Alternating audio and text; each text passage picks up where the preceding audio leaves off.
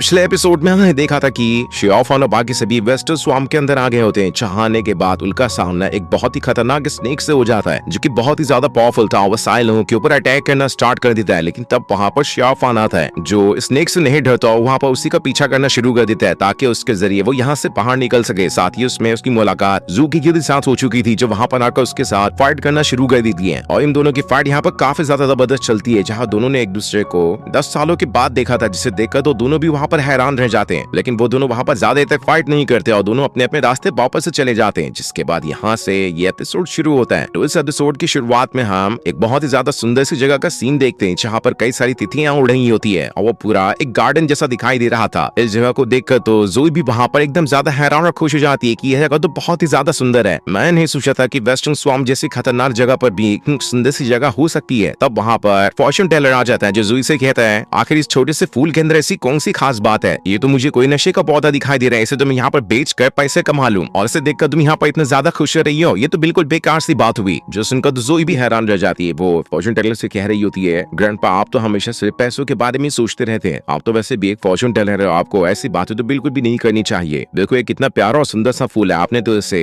नशे वाला पौधा बना दिया, ये तो बिल्कुल गलत बात है, इसलिए अब मैं आपसे बात नहीं करने वाली। जो सुनकर तो फॉर्चून टेलर उससे कहता है, मैंने यहाँ पर कहा गलत किया कुछ, तुम्हारा ग्रैंडपा बिल्कुल स्वीट एंड स्वामी टाइप का है, मैं तो यहाँ पर हर चीज से प्यार करता हूँ, मैं किसी चीज को गलत थोड़ी कह सकता हूँ। जो चीज सच्चाई की मैंने सिर्फ यहाँ पर वही कहा है, और वैसे भी सच्चाई हमेशा कड़वी ही होती है, तभी तो तुम्हें यहाँ पर बुरा लग गया। अभी उन्हें सामने से वाइल्ड डॉग आते हुए दिखा देता है। वो जैसे ज़ोई को देखता है एकदम ज्यादा शर्मा जाता है और इधर जाकर छुपना शुरू कर देता है, ताकि वो ज़ोई के सामने ना आ सके, लेकिन तब भी वो उसे देख लेते हैं। ये देखकर फॉर्चून टेलर ज़ोई से कह रहे होते हैं, आखिर दोबारा से यहाँ पर क्यों आ गया? ऐसा लग रहा है ये तो हमारे पीछे पड़ चुका है, कहीं इसकी गलत नजर तुम्हारे ऊपर तो नहीं? ऐसा हुआ तो मैं यहाँ पर इसे नहीं छोड़ूंगा। जो सुनकर तो ज़ोई अपने ग्रैंडपा से कह रही होती है, आप उसके बारे में ऐसा गलत कैसे कह सकते हैं? मैं काफी बार इस वाइल्ड डॉग से मिल चुकी हूँ, लेकिन अभी तक कि मुझे ऐसा नहीं लगा कि ये किसी भी लड़की के साथ ऐसी हरकत करने की कोशिश करेगा, इसलिए आपको किसी के भी बारे में बहने से पहले सोच समझ लेना चाहिए कि आप उसके बारे में क्या कह रहे हैं। जो सुनकर फॉर्चून टेलर उससे कहता है, अच्छा तो यहाँ पर मुझे ऐसा लग रहा है कि तुम उस वाइल्ड डॉग को पसंद करने लगी हो, तभी तुम यहाँ पर ऐसी बातें कर रही हो। लेकिन ये वाइल्ड डॉग को मुझे किसी भिखारी किस्म का इंसान दिखता है, इसके पास तो फूटी कौड़ी नहीं होगी, तो तुम इसके साथ रहकर क्या ही करोगी? तब ज़ोई अपने ग्रैंडपा से कहती है, मैंने ऐसा कब कहा कि मैं ऐसे पसंद करती हूँ और इसके साथ रहना चाहती हूँ? ना तो सच्चाई जो थी वहाँ पर वही बता रही थी। अब वैसे भी आप तो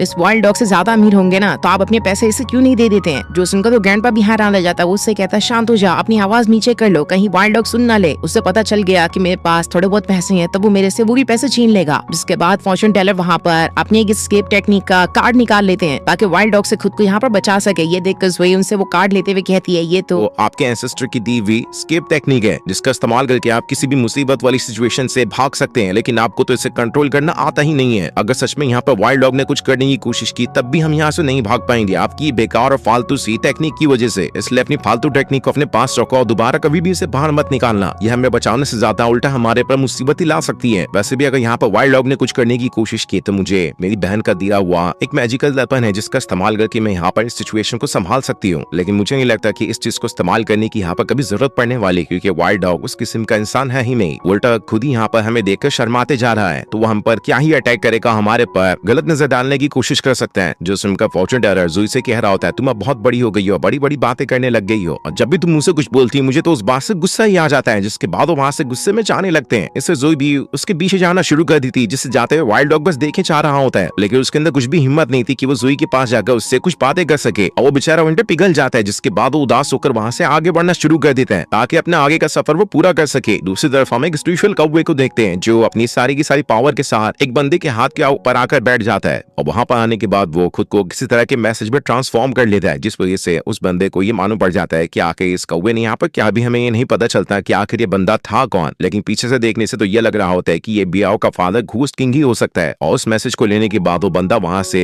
अपनी पावर का इस्तेमाल करते हुए उड़ते हुए चला जाता है। इधर हम शियाओफान को देखते हैं, जो जंगल में आगे बढ़ रहा होता है। तभी थोड़ी दूर आने के बाद उसे एक छोटा सा तालाब दिखाई देता है, जिसके अंदर से वही सी मॉन्स्टर बाहर निकल कर आ रहे थे। जिसके बाद वो सारे के सारे सी मॉन्स्टर आसपास के इलाके की छानबीन करना शुरू कर देते हैं। ये देखकर तो शियाओफान भी हैरान था कि आखिर इन सी मॉन्स्टर को क्या हुआ, ये आसपास की जगह की तलाशी क्यों कर रहे हैं, कहीं ये किसी को ढूंढ तो नहीं रहे। तब जैसे एक मॉन्स्टर आसपास की जगह की तलाशी करते हुए शियाओफान के पास आ रहा होता है, शियाओफान ने वहां पर अपनी डिमोनिक पावर को एक्टिवेट कर लिया था, और वो उस पावर को एक्टिवेट करके पूरी तरह से वहां पर तैयार हो जाए कि जैसे ही यहाँ पर वो सी मॉन्स्टर उसके ऊपर अटैक करने की कोशिश करेगा, वो अपनी पावर का इस्तेमाल करते हुए उस सी मॉन्स्टर की वहां पर जान ले लेगा। लेकिन जैसे वो सी मॉन्स्टर के ऊपर अटैक करता है, इससे पहले दूसरे सी मॉन्स्टर को वहां पर पर कोई चीज दिखाई दी जाती है, इसलिए वो बाकी सारे सी मॉन्स्टर को वहीं पे बुलाकर वहां से आगे बढ़ना शुरू कर देता है। ये देखकर तो शियाओफन की जान में जान आती है कि चलो यहाँ पर कोई झमेला नहीं हुआ, मैं यहाँ पर आसानी से बच चुका हूँ। इधर वो सारे के सारे सी मॉन्स्टर आपस में कुछ बातें करने लगते हैं, जिसके बाद वो सभी बातें करके दोबारा से तालाब के अंदर ही चले जाते हैं। जिसके बाद शियाओफन पेड़ के पीछे से बाहर निकल कर आता है, जहाँ वो ये देखकर हैरान था कि आखिर इन सी मॉन्स्टर को हुआ क्या, ये किसी तरह का प्लान तो नहीं बना रहे यहाँ पर। लेकिन अभी उसके पास इन सारी चीजों को समझने का टाइम नहीं था, इसलिए वो वहां से आगे निकल जाता है। दूसरी तरफ हम जिन्यू टानिन टेंपल के मॉन्क और डिसाइपल को देखते हैं, जो तीनों जगह पर बैठकर आग लगाकर बैठे होते हैं, जहाँ चारों तरफ से कई सारे पॉइजनस मॉन्स्टर ने लगातार उनके ऊपर अटैक करना शुरू कर दिया था। इसलिए वो लोग भी अपनी पावर का इस्तेमाल करते हुए उन सभी मॉन्स्टर को वहां पर मारे जा रहे होते हैं। जिसके बाद टानिन टेंपल के मॉन्क ने वहां पर अपनी पावर का इस्तेमाल करते हुए एक स्पेशल शील्ड को बना दिया था, ताकि वो सारे के सारे इंसेक्ट और मॉन्स्टर से यहाँ पर कुछ देर के लिए तो बच सके। ये देखकर वो डिसाइपल उस मॉन्क से कह रहा होता है, आपकी पावर तो सच में कमाल की है, आपको तो पहले इस पावर का इस्तेमाल कर लेना चाहिए था, ताकि हमें उन मॉन्स्टर को मारने में इतनी ज्यादा परेशानी नहीं होती। जिसके बाद वो मॉन्क जिन्यू से कहता है, तुम यहाँ पर आराम क्यों नहीं कर लेते, मैं यहाँ पर काफी टाइम से तुम्हें देख रहा हूँ कि तुम सोए भी नहीं हो। यहाँ तक कि मॉन्क भी कुछ देर का आराम ले ही लेते हैं जब वो मेडिटेशन कर रहे होते हैं, इसलिए तुम्हें भी थोड़ी देर का आराम ले ही लेना चाहिए। लेकिन जिन्यू उनसे कहता है, मैं आराम नहीं कर सकता, जब भी मैं सोने के लिए अपनी आंखें बंद करता हूँ मुझे वो सारे नजारे दोबारा दिखाई देने लगते हैं जब मेरे पेरेंट्स और मेरे पूरे गाँव वालों को बुरी तरीके से मार दिया गया था। उस चीज को याद करके तो मैं सो भी नहीं पाता। साथ ही वो वहाँ पर शियाओफान को भी याद कर रहा होता है। ये देखकर मॉन्क उससे कहता है, तुम अभी तक कि शियाओफान को नहीं भूले, उस चीज को तो 10 साल गुजर चुके हैं, तुम दोनों पिछले 10 सालों में एक दूसरे को एक बार भी नहीं मिले, लेकिन अभी तक तुम उसे याद करते हो। तब जिन्यू उससे कहता है, मैंने सुना है शियाओफान ने डेविल सेक्ट को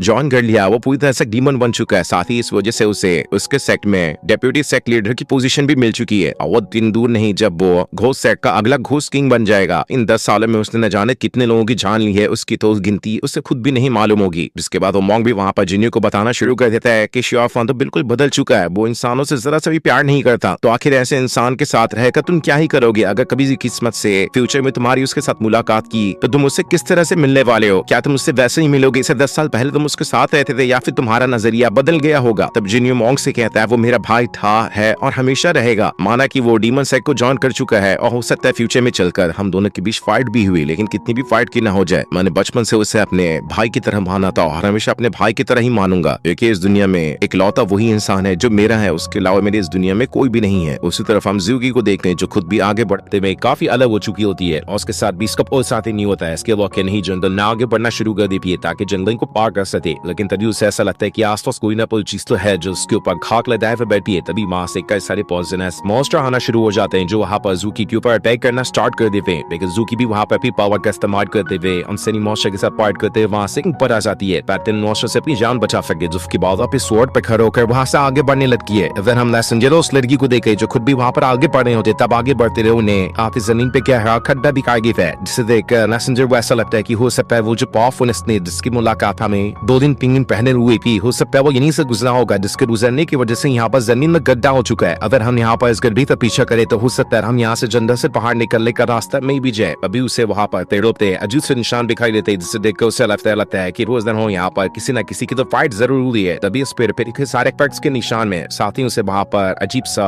गोल्डन ऑरा भी दिखा, जिससे देखकर उसे समझ में आता है कि ऐसा ऑरा तो क्या नहीं टेंपल के मॉन्क के पास भी हो सकता है ये लोग आसपास ही कहीं होंगे। इसके वहां पर उस सरबी के साथ आसपास के इलाकों को देखा शुरू कर देता है ताकि वो उन मॉन्क से मिल सके। जिन्यू और बाकियों को ऐसा लगता है कि आसपास कोई है जो उनकी तरफ ही बढ़ रहा है, इसलिए वो सारे डिसाइडेड ज्यादा चौकन्ने हो जाते, आसपास की चीजों को सुनना शुरू कर देते किस तरह से वो अनजान इंसान यहाँ पर आने वाला है। अभी वहां पर फैंशन वैली का वो डिसाइपल आ जाता है जो वहां पर काफी बुरी हालत में आया था। उसे देखकर तो सभी हैरान है कि यहाँ पर इसके ऊपर किसने अटैक कर दिया। वो सभी से कहता है, वो लोग हमारा ही पीछा कर दे, हमें नहीं छोड़ने वाले वो लोग। जिसके बाद अब देखते देखते चारों तरफ से कोई पॉइजनस सोना तैरना शुरू हो जाता है और अब देखते देखते चारों तरफ से ना होगी तादाद में कई सारे मॉन्स्टर उनकी तरफ ही बढ़ना शुरू कर दे ताकि यहाँ पर सभी को मार सके। वो जो शेर वहां पर टानिन टेंपल के मॉन्क ने बनाई होती है वो उतनी ज्यादा तो मजबूत नहीं दिखाई दे रही है जो इतने सारे मॉन्स्टर थे यहाँ पर मुकाबला कर सके। फिर भी वो शेर पूरी तरह से ताकत बनाए वहां पर खड़ी होती है ताकि उन सभी को बचा सके। टानिन टेंपल का मॉन्क कहता है, मुझे तो लगता है कि ये सारे के सारे मॉन्स्टर किसी न किसी के कंट्रोल में है और वो इन्हें कंट्रोल करते हमारे ऊपर अटैक करवाना चाहता है। हो सकता है ये काम डीमन सेट का ही होगा, उन डीमन में से कोई ऐसा बंदा होगा जो सारे के सारे मॉन्स्टर को कंट्रोल कर सकता है। जिसके बाद उन्हें वहां पर वो यहाँ की आवाज सुनाई देने आती है जिसने ही यहाँ पर सारे के सारे मॉन्स्टर को कंट्रोल किया हुआ था। वो वहां पर मॉन्स्टर को कंट्रोल करते हुए जिन्यू बाकिन की तरफ भेज रहा होता है। जिसके बाद सभी से कहता है, ऐसा लग रहा है कि मुझे यहाँ पर किसी ने आवाज दी, तभी तो मैं यहाँ पर आया, कल मुझे काफी बेसब्री से याद कर रहा था, तभी मैं यहाँ पर आ गया और जब मैं यहाँ पर आ ही गया तो थोड़ी बहुत खातिरदारी करके तो जाऊंगा ही। अब उसे देखकर सारे इतना ज्यादा हैरान रह जाते हैं कि ये तो बूयान है जो सबसे ज्यादा खतरनाक माना जाता है। ये अपनी बांसुरी का इस्तेमाल करते हुए किसी को भी अपने वश में कर सकता है। इसी तरह से इसने यहाँ पर सारे के सारे मॉन्स्टर को कंट्रोल किया होगा हमारे पर अटैक करने के लिए। तब ये सुनकर वुयान उस मॉन्क से कह रहा होता है, अरे बाप, तो मेरे बारे में काफी कुछ जानते हैं। वैसे भी मैंने भी आपके बारे में काफी कुछ सुन रखा है और काफी दिनों बाद देखो मुझे आपसे मिलने का मौका मिल ही गया। तो बिल्कुल अपनी रेपुटेशन के हिसाब से ही है, आपने सच में यहाँ पर बहुत ही पावरफुल शील्ड को बना लिया है जो कि मेरे मॉन्स्टर को यहाँ पर आसानी से डूबे जा रही है। जिसके बाद मॉल द सारे लोग मिलकर आपस में एक प्लान बनाना शुरू कर दी कि आखिर वो यहाँ पर शील्ड को कैसे तोड़ेंगे। उन्हें कुछ समझ में नहीं आ रहा होता है कि वो इस शील्ड से यहाँ पर काफी टाइम तक तो कुछ को नहीं बचा सकते। उन्हें इस शील्ड से बाहर निकलना ही पड़ेगा, लेकिन जैसे वो बाहर आएंगे वो मॉन्स्टर उनका यहाँ पर स्वागत करने के लिए तैयार है। इसलिए मॉन्क से इसे कहता है हमें यहाँ पर दो टीम बनानी भी चाहिए, कोई यहाँ पर मुयान के साथ फाइट करेगा, कोई यहाँ पर मॉन्स्टर के साथ फाइट करेगा। उसी तरह से हम हो सकते हैं यहाँ पर बच पाए, वरना तो नहीं लगता कि हम यहाँ पर बच पाए। इसके बाद उस मॉन्क के वहां पर उस शील्ड को खत्म कर दिया होता है, जिसके बाद सारे डिजाइनर का वुयान की तरफ ही बढ़ना शुरू कर देते ताकि उसके ऊपर अटैक करके उसे मार सके। लेकिन तब वुयान ने वापस से कई सारे मॉन्स्टर को अपने कंट्रोल में करनी होता है। इससे सारे लोग वहां से आगे बढ़ना शुरू कर देते हैं, लेकिन जैसे वो आगे जाते हैं वहां पर पिंगर और बाकी लोग आ जाते हैं, जो सभी वहां पर आकर जिनियो उसके साथियों के ऊपर अटैक करना स्टार्ट कर देते। ये देखकर सभी वहां पर बुरी तरह से फंस चुके थे। उन्होंने तो अपनी शील्ड को खत्म करके और ज्यादा बड़ी मुसीबत को अपने मोल ले लिया। यहाँ पर वुयान का मी बाकी पिंगर और बाकी सारे डिमन भी आ चुके थे, जो यहाँ पर जिनियो बाकियों की जान लेने के लिए आए होते हैं। पिंगर अपने कैसा डुगीगुर को बनाते थे, मॉन्क के ऊपर अटैक किए जा रही होती है, लेकिन मॉन्क भी वहां पर भी पावर का इस्तेमाल करते थे, उसके ऊपर अटैक करने की कोशिश करता है, लेकिन वो यहाँ पर पिंगर से ज्यादा पावरफुल नहीं दिखाई दे रहा था। और यहाँ पर पिंगर से भारी पड़ जाती है। मॉन्क अपने घंटे का इस्तेमाल करते हुए उसके सारे के सारे डुगी किट से बचने की कोशिश करता है, लेकिन वहां पर उसका घंटा भी टूट जाता है। अब पिंगर ने उसके ऊपर कई सारे खतरनाक अटैक को करना स्टार्ट कर दिया था, जिस अटैक को वहां पर मॉन्क में संभाल पा रहा होता है। और देखते देखते यहाँ पर उसकी हालत खराब होने लगती है, लेकिन तब भी वहां पर भी हिम्मत जुटाने लेता ताकि वो यहाँ पर पिंगर को हरा सके। लेकिन तब भी वो यहाँ पर पिंगर ने दोबारा से अपने कई सारे डुप्लीकेट को बना लिया होता है, जिसके डुप्लीकेट के साथ वो मॉन्क के ऊपर अटैक कर रही होती है। यहाँ पर मॉन्क तो काफी ज्यादा इंजर्ड हो चुका था, लेकिन पिंगर तो वहां पर जरा से खरोश नहीं आई होती, अपने पूरे स्टेमिना के साथ वहां पर खड़ी होती है ताकि यहाँ पर फिर से मॉन्क के ऊपर अटैक करके उसकी जान लेने की कोशिश कर सके। इधर हम शियाफोन को देखते हैं जो पूरी स्पीड पे संचलन आगे बढ़ रहा होता है। जहाँ आगे बढ़ते वो जगह तक पहुंच जाता है जहाँ पर जिनियो बाकी सभी उस मॉन्स्टर के साथ फाइट करते हैं। इसके बाद जिनी ने अपनी पावर का इस्तेमाल करते हुए वुयान के ऊपर अटैक करना स्टार्ट कर दिया होता है, जहाँ उसका अटैक उसके ऊपर लड़ने वाला था, लेकिन वुयान भी इतना कमजोर नहीं होता है। वहां पर बांसुरी बजाते हुए सारे मॉन्स्टर को कंट्रोल कर रहा होता है और जिन्यू के अटैक से बच भी रहा होता है, जिस वजह से जिन्यू का अटैक उससे नहीं लड़ पा रहा था। और जिन्यू भी कहा इतनी आसानी से हार मानने वाले लिस्टिंग होता है, वो भी वहां पर अपनी पावर का इस्तेमाल करते हुए कई सारे अटैक वुयान के ऊपर करने की कोशिश करता है। पर वुयान ने अपने पॉइजनस ऑरा का इस्तेमाल करते वहां पर अपने स्वॉर्ड को भी बाहर निकाल लिया था, जो कि काफी ज्यादा खतरनाक हो दिया। वो स्वॉर्ड को निकाल कर सदी से फाइट करने के तैयार होता है। ये देखकर तो सारे लोग हैरान रह जाते हैं कि आखिर इसके पास इतनी खतरनाक और पावरफुल स्वॉर्ड कैसे आई। ये एंशिएंट मैजिकल स्वॉर्ड है जो कि बहुत ज्यादा खतरनाक मानी जाती है। जिसके बाद वुयान ने अपने स्वॉर्ड को एक्टिवेट कर लिया होता है और फिर वो स्वॉर्ड के अंदर से एक तरह पॉइजनस स्नेक को बाहर निकाल देते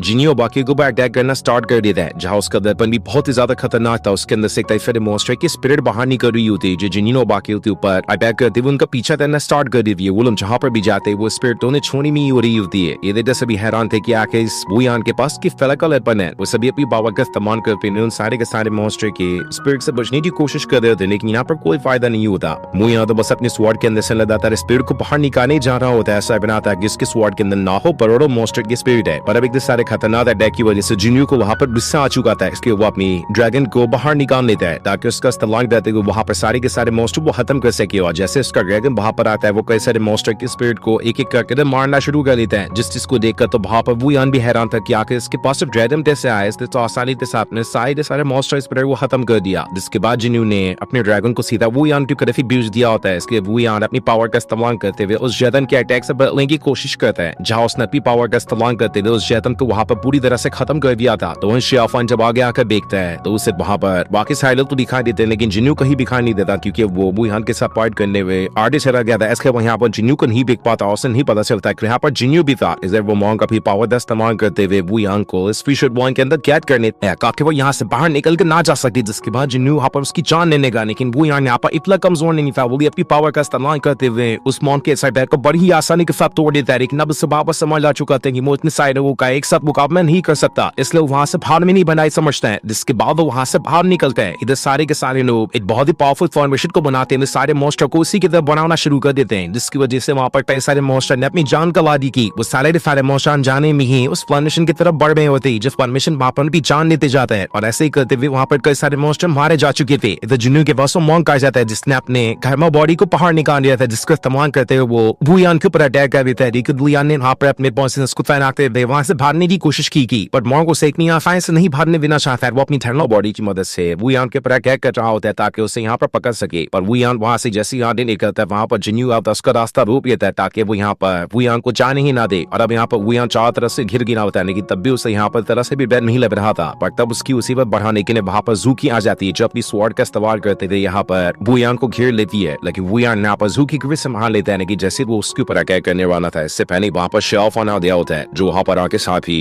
वुयान को अपनी पावर का इस्तेमाल करते हुए खाकर दूर फेंक देता है जी। लेकिन वुयान भी हैरान पर शेऑफॉन उसके ऊपर कैसे अटैक कर सकता है। साथ ही इससे बाकी सारे लोग भी हैरान रहते कि यार शेऑफॉन यहाँ पर कैसे आ गया। लेकिन अब वुयान यहाँ पर शेऑफॉन और बाकी का मुकाबला नहीं कर सकता था इसलिए वो वहां से दोबारा अपनी पावर का इस्तेमाल करते भागने की कोशिश करता है। लेकिन जाने से पहले वो सभी से ये कहते न जाकर मैं इसका बदला सूट समेत उन सबसे वापस लेकर ही रहूंगा। लेकिन शेऑफॉन भी वहां पर नहीं रुकता, वो भी वहां से चला जाता है जिसके पीछे जूकी भी जाती है। और उसके जाने के बाद वो सारे लोग ये भी हैरान रहते कि ये तो शेऑफॉन है जिसके बारे में हमने इतना ज्यादा सुना था। आखिरकार हमने उससे सामने से ब्रेक ही लिया। तभी फैंशन दरी था जो डिसेबल होता है उसकी वहां पर हालत खराब हो रही है क्योंकि इसके अंदर पॉइजन का अटैक लग चुका था। इधर जिन्यो शेऑफॉन को ढूंढ रहा होता है लेकिन वो उससे कहीं पर भी दिखाई नहीं देता। वो उसके ने वहां अपना जिंदा छान लाग जाता कि वो शेऑफॉन को ढूंढ सके लेकिन वो उसे कहीं पर भी दिखाई नहीं दे रहा होता है जो सिन दिखाते ही एपिसोड ही पर एंड हो जाता है। Thanks for